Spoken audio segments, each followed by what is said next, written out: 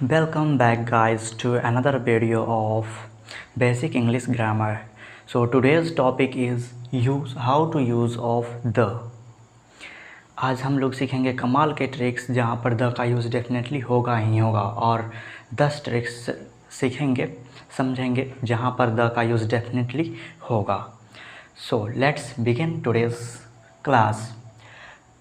तो द का यूज़ में है पहला वाला फर्स्ट में है नदियों के नाम के पहले, यानी कि नदियों के नाम वो कहीं का भी हो, हमारे देश का हो, अदर कंट्रीज़ का हो, कहीं का भी हो, नदी के नाम के पहले द होगा. जैसे गंगा, यमुना, सरस्वती हमारे यहाँ के कुछ नदियाँ हैं, बहुत सारे ऐसे नदी हैं, तो कहीं का भी नदी हो वहाँ पे द का यूज़ होगा ही होगा. नदियों के नाम यानी रिवर्स नेम. तो यहाँ पर एग्जाम्पल लिए हैं, मैं यमुना नदी के पास रहता हूँ. मैं यमुना नदी के पास रहता हूँ. I live near the Yamuna river. I live near the Yamuna river. तो यहाँ पे द क्यों लगाएं? क्योंकि पहले ही बता दिए कि नदियों के नाम के पहले द लगेगा ही. 100% इन जगहों पर द लगेगा ही लगेगा.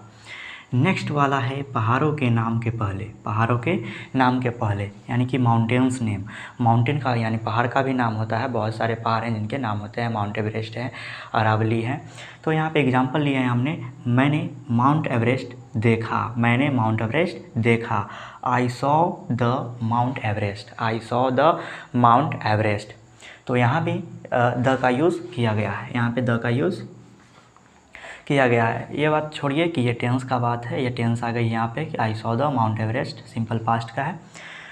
थर्ड वाला है हमारे दिशाओं के नाम के पहले. दिशाओं के नाम समझ, दिशाओं के नाम ईस्ट वेस्ट नॉर्थ साउथ होता है. तो दिशाओं के नाम के पहले भी द का यूज़ होता है, यानी डायरेक्शंस नेम. डायरेक्शंस नेम जैसे अमेरिका पश्चिम में है. अमेरिका पश्चिम में है यानी कि America is in the west. America is in the west. America पश्चिम में है. हमारे देश से अगर देखा जाए तो अमेरिका पश्चिम में है. फोर्थ वाला है धर्मों के नाम के पहले रिलीजन नेम. बहुत सारे धर्म हैं हमारे भारत में भी बहुत है, अदर कंट्रीज़ में भी बहुत सारे हैं, तो उन सभी के पहले द लगेगा. जैसे कि हिंदू धर्म में दिवाली मनाई जाती है. Diwali is celebrated in the Hindu religion. Hindu धर्म में हमारी दिवाली मनाई जाती है, पता ही होगा आप लोगों को. Diwali celebrated in the Hindu religion. ऐसे ही मुस्लिम, सिख, ईसाई बहुत सारे हैं. 5 वाला यानी 5th वाला है धार्मिक ग्रंथों के नाम. Religious book name. Holy book जिसको बोलते हैं, जैसे में कि कुरान, बाइबल, महाभारत, ये सब क्या है? रिलीजियस बुक हैं. तो धार्मिक ग्रंथों के नाम के पहले मैंने इसे बाइबल में पढ़ा. मैंने इसे बाइबल में पढ़ा. I read it in the Bible. धार्मिक ग्रंथों के नाम के पहले भी द लगता है. 6th वाला है महान व्यक्तियों के नाम के पहले, जिन्होंने अपने देश के लिए, दुनिया के लिए, वर्ल्ड के लिए कुछ किया होगा, वैसे महान यानी कि ग्रेट पर्सनालिटीज़ जो होते हैं उनके पहले.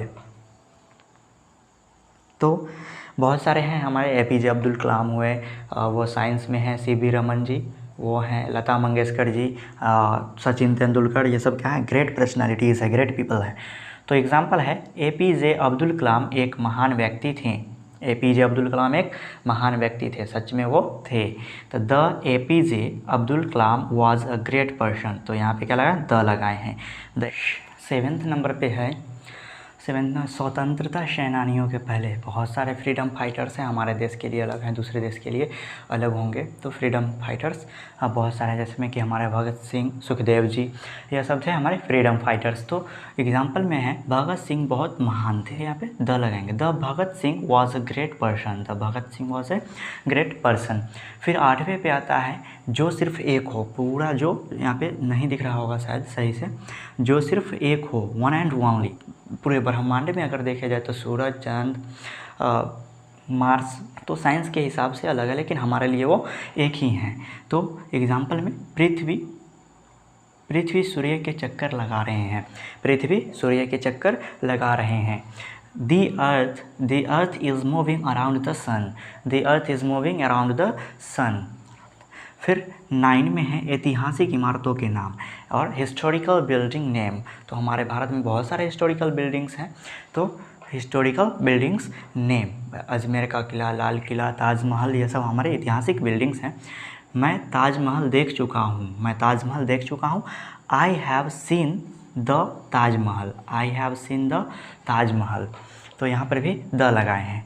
फिर 10वें यानी कि लास्ट नंबर पर आता है वो के लिए हम अक्सर डैट लगाते हैं। लेकिन अगर मैं बोलूँगा कि मुझे वो आइसक्रीम खाना है, मैं वो कार लूँगा, मुझे वो कपड़े ख़रीदने हैं, जो मेरे सामने नहीं हो और बोलेंगे वो, तो उसमें हम द का यूज़ करेंगे और सामने होगा तो हम डैट का यूज़ करेंगे, जो कि यहाँ पे बगल में लिखा हुआ है। तो जो हमारे मतलब हम जो नहीं देख पा रहे हैं और फिर बोल रहे हैं, तो ऐसी स्थिति में हम क्या करेंगे, द का प्रयोग करेंगे। जैसे में कि मैं वो आइसक्रीम खाऊँगा, वो वाली, समझ रहे हो, वो वाली, मैं वो आइसक्रीम खाऊँगा। I will eat the ice cream, I will eat the ice cream.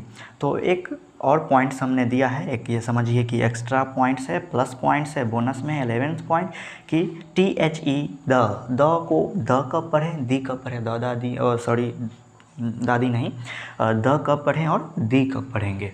तो जब वावल्स हो 5 ही, बस इतना ही ध्यान रखना है कि 5 ही जगह पर दी का यूज़, दी लिखेंगे, मतलब सॉरी दी पढ़ेंगे और अलग सब पे द पढ़ेंगे, अलग जगहों पे द पढ़ेंगे। 5 हो क्या, वावल्स होते हैं 5, A, E, I, O and U। तो इन 5 जगहों पर हम दी बोलेंगे और सभी जगहों पे द बोलेंगे। जैसे में कि the Apple, the elephant, the ice cream, the orange, the umbrella. तो आई होप कि ये सब आप लोगों को समझ में अच्छे से आ गया होगा। So it's all for today, guys. Thank you. Thanks for watching and take care and bye bye.